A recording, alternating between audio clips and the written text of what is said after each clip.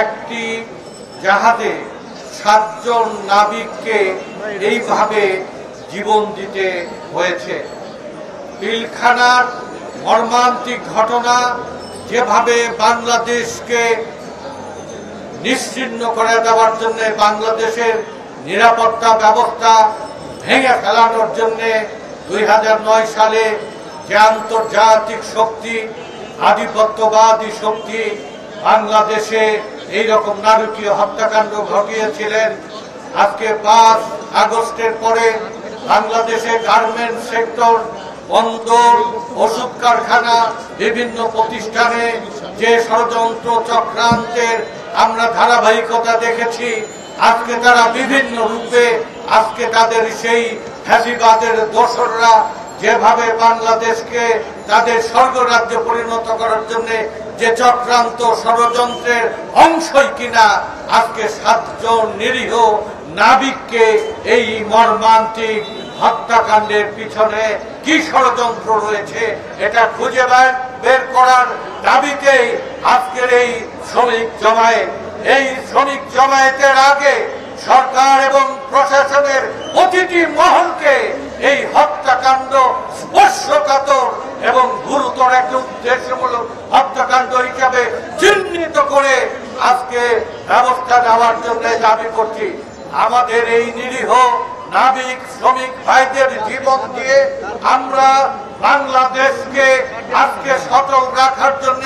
এদেশের শ্রমিকেরা প্রায় 2 কোটি শ্রমিক দেশের বাইরে থেকে, বিদেশ থেকে যে বৈদেশিক মুদ্রা উপার্জন করে,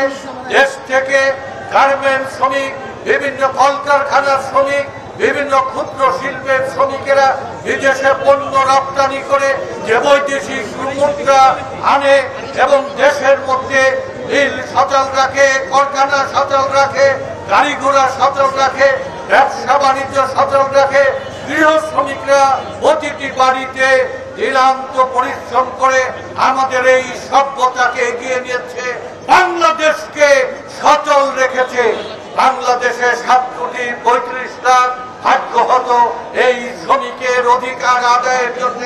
জাতীয়তাবাদী শ্রমিক দল 21টি শ্রমিক সংগঠন মিলে সম্মিলিত শ্রমিক পরিষদ করে আমরা ন্যায্য মজুরির জন্য, শ্রমিকের বেঁচে থাকার অধিকারের জন্য,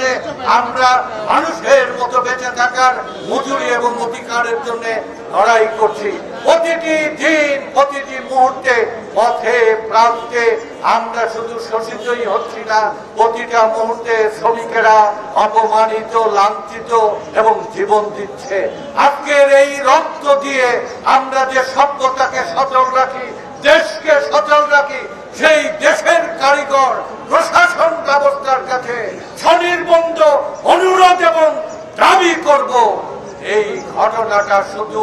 শ্রমিক হত্যা বা শ্রমিকের কি ভয় দেখানোর আছে? শ্রমিকেরা তো নিঃস্ব, সর্বহারা, ঘরে শান্তি নেই, পথে নিরাপত্তা নেই, পেটের জঠরের যন্ত্রণা, অভাব, দুঃখ যন্ত্রণা, তাকে কে কি ভয় দেখাবে? ব্রেকফাস্ট, টিফিন কিংবা স্ন্যাক টাইমে মজাদার আয়োজন মানে অল টাইম ব্রেড। আজকে এই হত্যাকাণ্ডের পিছনে কাদেরকে ভয় দেখানোর জন্য দেশে অস্থিতিশীলতা এবং অস্বাভাবিক পরিস্থিতি ফিরে আসার জন্য যে ধারাবাহিক চক্রান্ত ষড়যন্ত্রের অংশ কিনা আমরা তদন্ত ব্যতি রেখে আমরা কোনো মন্তব্য করা সমীচীন নয়। তারপরেও আজকে সাংবাদিক ভাইয়েরা, আপনার বিবেকের কাছে আমি প্রশ্ন রাখি, একজন নিরীহ নাবিক যে চট্টগ্রাম থেকে সার বোঝাই করে সিরাজগঞ্জের বাগাবাড়িতে গন্তব্যে পৌঁছে দেওয়ার প্রতিমধ্যে কি এমন ঘটনা ঘটতে পারে যে 7 জন শ্রমিকের যদি সোনার জাহাজ হতো, যদি এটা মূল্যবান কোনো সম্পদ বহন করত, তাদেরকে হত্যা করে যেন লুট করার উদ্দেশ্য থাকতে পারে, ভালো ভালো কোনো লুটপাট না করে এই 7 জন শ্রমিকের হত্যা যেভাবে বাংলাদেশের নৌযান সেক্টরে আতঙ্ক, ভীতি, বিক্ষোভ তৈরি করেছে, এই আতঙ্ক আর ভীতি বিক্ষোভ সকল শ্রমিক সেক্টরে ছড়িয়ে দিয়ে বাংলাদেশের চক্রান্তকারীরা শ্রমিক অঙ্গনকে আজকে উস্কানি দিয়ে আজকে পরিবর্তনের পক্ষে কাজে লাগাতে চায়।